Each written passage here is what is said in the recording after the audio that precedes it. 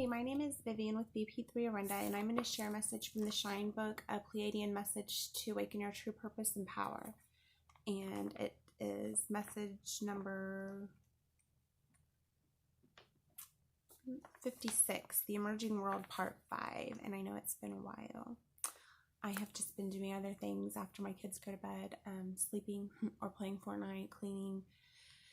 But it just works out perfect timing because this message is for fear that you get in the media.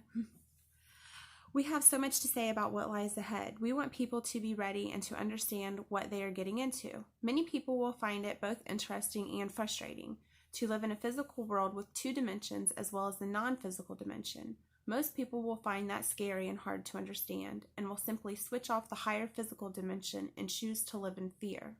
Let us explain more. Most people live in a dimension where fear and duality rules. They read the newspaper and absorb other media that aims at sensation and misinformation. They choose to accept what is given to them by those they deem to be superior, and they accept the energy that is sent to them. Now add another dimension that some people are more aware of than others. This is the invisible dimension of dreams, inspirations, and creativity where wisdom comes from. Now add a third dimension to this, namely a physical dimension that is very visible, where there is no place for fear and much place for abundance and freedom and an all-encompassing brotherly love. This dimension has always existed, but it is now being populated by means of people who have finally reached a stage of self-acceptance and God acceptance. This is a dimension that the two-dimensional people look up to with adoration and envy, not realizing how close they are to entering this third dimension. This is the main task of the three-dimensional people, to reach down and help others understand and neutralize their fear so that they can grow and evolve into this third dimension.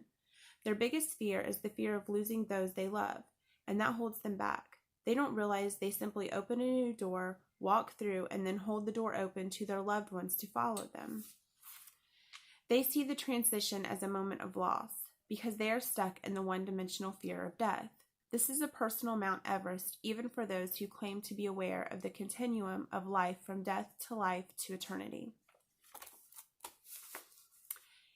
And I know that since I've given up fear, obviously I still have some fears every now and then about different things pop up, but I just try to remind myself that fear is a lie. Anything that's trying to get you to worry about something or to be scared of something or to be sad, whatever, it's just something in a program in your head, a whatever cycle in your head, trying to get you to focus your energy on that. And if you focus your energy on that, then that's how, we manifest our realities. So energy flows where energy goes, so where you put your energy.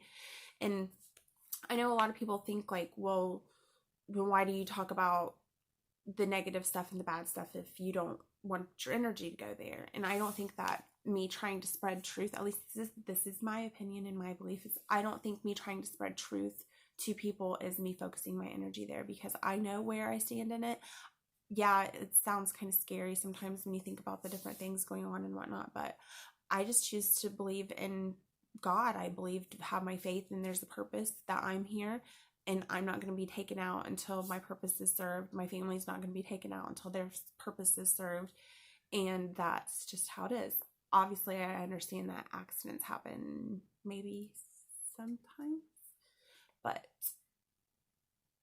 I just believe that everything happens for a reason. And I'm glad that I finally gave up my fear of posting on Facebook. I mean, I used to have my friends list was under 200 people or something. And I know that my friends list is kind of crazy, and I have tried to go through it. It's just overwhelming. And so I get off of it every time I try to go through it. But I used to be scared to post about the government and stuff because I used to think that they were going to round us up one day, and whoever, they would keep track. And obviously they do keep track of our Facebook, and, they have us red flagged and all of that. But that's where me remembering that I'm divinely protected, I'm divinely guided. And I feel I was supposed to be speaking truth and sharing what truth I believe in. And since I started doing that, I've met a lot of other people who believe in that same truth.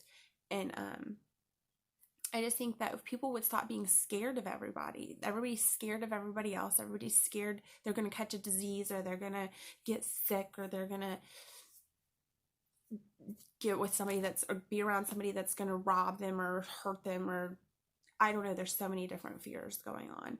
And if people would just realize that we're all connected, and that if you allow those connections and you embrace those connections and you want to connect with people, then you're only helping yourself and you're helping anybody that you connect with. When you shut yourself off from people out of fear or whatever, then you're hurting yourself and you're hurting. That's why the world is the way that it is because there's such miscommunication. If people would stop being scared of everybody and everything and connect.